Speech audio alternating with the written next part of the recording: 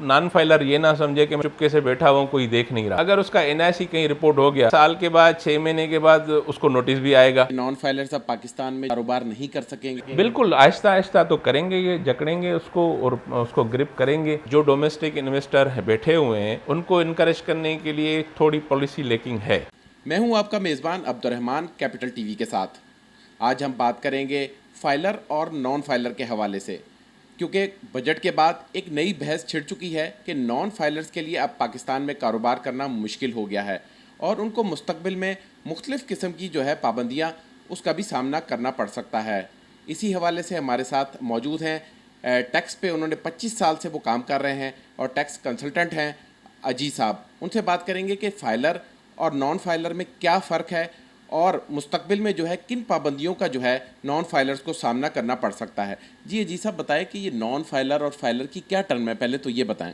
سر یہ فائلر اور non filer میں فرق یہ ہے کہ فائلر وہ ہے جو ایک انکم ارن کرتا ہے under income tax ordinance, despite that کہ اگر وہ انکم ارن بھی کرے اور وہ ریٹرن اپنی فائل نہ کرے اور جو پروفٹ وہ کماتا ہے اپنے بزنس سے اگر وہ ڈکلیئر نہیں کرتا تو وہ قانون کے اندر نان فائلر کہلاتا ہے. اور ابھی تو انہوں نے ایک کیٹیگری اور بھی ایڈ کر دی ہے فائلر اور نان فائلر کے علاوہ کہ لیٹ فائلر بھی. اگر وہ لیٹ فائلر بھی ہوتے ہیں کہ اگر وہ ریٹرن کے ڈیٹ کی جو ڈیٹ ہے اگر اس کے بعد وہ ریٹرن فائل کرتے ہیں تو they will be considered as a non filer. تو اب فائلر, لیٹ فائلر اور نان فائلر انہوں نے یہ اس بجٹ میں 3 کیٹیگریز کو ڈیفائن کر دیا ہے.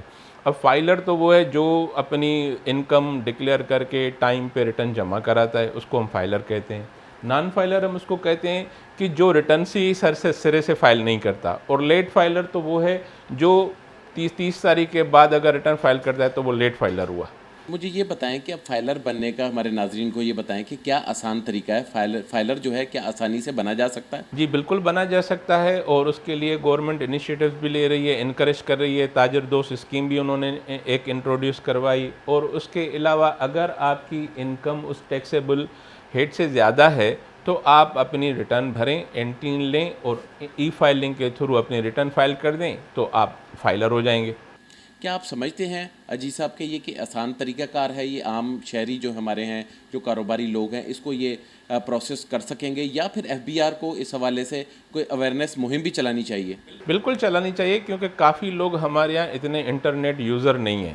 اب ای فائلنگ کے لیے آپ کو یوزر ID بنانا, پاسورڈ بنانا, پھر اس میں ریٹرنس میں اتنے وہ کالمس ہوتے ہیں تو they need the some help اب سم ٹیکس کنسلٹنٹ یا ایکسپرٹ. اس کے لیے پھر FBR کو کچھ نہ کچھ مزید کرنا چاہیے کہ جو لوگ ہمارے یہاں جو ریشو ہے ہمارا ایڈوکیشن کا اس کو انکریج کرنے کے لیے, اس کو مزید آگے بڑھانے کے لیے ان کو چاہیے کہ ایسے انسٹیٹیوٹ دیں اور ایسا کوئی پلیٹ فارم دیں کہ جو وہاں پر جا کے اپنی ریٹرن فائل کر سکیں. اچھا عجیز صاحب یہ بھی بتائیں ہمارے ناظرین کو, اگر کوئی فائلر نہیں بنتا تو اس کو مستقبل میں کاروبار میں کیا دشواریاں پیش آ سکتی ہیں؟ دیکھیں وہ پھر پرچیز نہیں کر سکتا کوئی بھی.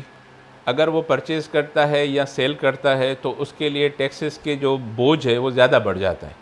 اب الٹیمیٹلی وہ ٹریس آؤٹ بھی ہو جاتا ہے کیونکہ NIC اس کا یوز ہوتا ہے تو وہ ٹریس آؤٹ بھی ہو جاتا ہے. اب وہ نان فائلر یہ نہ سمجھے کہ میں نان فائلر ہوں تو میں چپکے سے بیٹھا ہوں کوئی دیکھ نہیں رہا. اگر اس کا NIC کہیں رپورٹ ہو گیا, بینک نے ٹرانزیکشن پہ ٹیکس کاٹ دیا, پراپرٹی نے کوئی ٹیکس ڈیڈکشن ہو گئی تو الٹیمیٹلی سال کے بعد 6 مہینے کے بعد اس کو نوٹس بھی آئے گا کہ بھائی آپ نے یہ ایکٹیویٹیز کی ہے. تو آپ اسی لیے میرے خیال میں آگے چل کر بھی اسی کو آنا ہی پڑے گا. اچھا FBR کی طرف سے, حکومت کی طرف سے یہ بھی بتایا جا رہا ہے کہ جو نان فائلرز ہوں گے ان کی سمز کو بند کر دیا جائے گا, موبائل سمز استعمال نہیں کر سکیں گے. اس کے علاوہ ان کے بجلی گیس کے کنیکشنز پہ بھی بتایا جا رہا ہے کہ کوئی معاملات اس قسم کے کوئی پابندی کی طرف جائیں گے. تو آپ کیا سمجھتے ہیں کہ ان اقدامات سے کیا جو نان فائلر ہے وہ فائلر بن جائے گا, آپ سمجھتے ہیں؟ سر یہ بات تو صحیح ہے آپ کی کہ بننا چاہیے اس کو, مگر اس میں بھی کافی کمپلیکیشنز ہیں کیونکہ کافی تو میٹر ان کے نام پہ ہی نہیں ہے. اور اس کے علاوہ ہم نے یہ بھی نہیں دیکھا کہ کیا وہ اس کی کیٹیگری میں آتے بھی ہیں یا نہیں آتے. اگر کوئی اوور ایج بندہ ہے جس کی کوئی انکم بھی نہیں ہے تو he is not supposed to require to file the return. تو اس حوالے سے ہمیں تھوڑا بہت اسٹیک ہولڈرز کو بھی بیٹھ کے دیکھنا چاہیے. اب آپ نے سم تو بلاک کر دی, اب دوسری سم لینے میں اس کو کتنا ٹائم لگے گا, وہ تو دوسری سم لے کے بیٹھ جائے گا. تو کیا آپ سمجھتے ہیں کہ نان فائلرز اب پاکستان میں جو ہے وہ کاروبار نہیں کر سکیں گے؟ بالکل آہستہ آہستہ تو کریں گے، یہ جکڑیں گے اس کو اور اس کو گرپ کریں گے کہ اس کی ایکٹیویٹیز ریڈیوس کر دیں. اب اگر آپ نان فائلر ہیں، اگر آپ کوئی پرچیز کرتے ہیں مجھ سے تو میں آپ کو جو بھی ٹیکس کا ریٹ ہے اسٹینڈرڈ، اس کے علاوہ مزید بھی آپ کے اوپر ہم فردر ٹیکس سیل ٹیکس میں چارج کرتے ہیں. اسی طرح آپ رپورٹ نہیں کر سکتے کوئی ٹرانزیکشن اس کی. تو یہ چین میں جب تک نہیں آئیں گے تب تک تو آپ کو پرابلمس ہوں گی. اچھا، نان جو فائلرز ہیں اس حوالے سے کہا جا رہا ہے کہ وہ ان پہ سفری پابندیاں لگا دی جائیں گی، صرف اور عمرہ اور حج کر سکیں گے، باقی کسی ملک میں وہ وزٹ نہیں کر سکیں گے. کیا آپ سمجھتے ہیں کہ یہ جو پابندی ہے یہ ٹھیک ہے، اس پہ عمل درآمد بھی حکومت کروا سکے گی؟ اور اس کے علاوہ آپ نے یہ دیکھا ہوگا کہ پہلے بھی 2 سال پہلے جب پراپرٹیز وغیرہ پہ ٹیکس لگے تھے تو لوگ ریڈیوس کرنے کے چکر میں ریٹرن تو فائل کرتے تھے کہ بھائی اگر مجھے پراپرٹی پرچیز کرنی ہے تو پہلے میں ریٹرن فائل کروں تو مجھے ریڈیوس ٹیکس ملے گا. تو اس میں بھی ہو سکتا ہے یہی کہ جو بندہ پلان کرتا ہوگا باہر جانے کے لیے وہ پہلے سے ہی ریٹرن بھر کے جائے اور اس کے لیے جائے. تو میرے خیال میں کچھ نہ کچھ پرسنٹیج تو ان لوگوں کی بھی آئے گی جو بیٹھ کے کام بھی کر رہے ہیں اور ریٹرن بھی فائل نہیں کرے. تو جب وہ ٹریول کریں گے تو ہو سکتا ہے وہ ٹریول کرنے سے 1 ہفتہ پہلے ریٹرن فائل کر لیں. تو میرے خیال میں کچھ پرسنٹیج تو بالکل آئے گی. اچھا، آپ کیا سمجھتے ہیں اس بجٹ میں جو اقدامات کیے گئے ہیں خاص طور پر نان فائلرز کو فائلر بنانے کے لیے اور ٹیکس کے ہدف کو جو ہے اچیو کرنے کے لیے، آپ سمجھتے ہیں کہ حکومت کے جو اقدامات ہیں وہ کافی ہیں؟ اور یہ جو بجٹ کے اندر ایک ٹیکس کا ہدف مقرر کیا گیا ہے وہ حکومت کیا پورا کر سکے گی ان اقدامات کے بعد؟ سر دیکھیں، ٹارگیٹ فکس کرنا تو ایک الگ بات ہے مگر گراس روٹ لیول پہ کام ہونا چاہیے. اس پہ شاید میرے خیال میں حکومت کی کوئی توجہ نہیں ہے.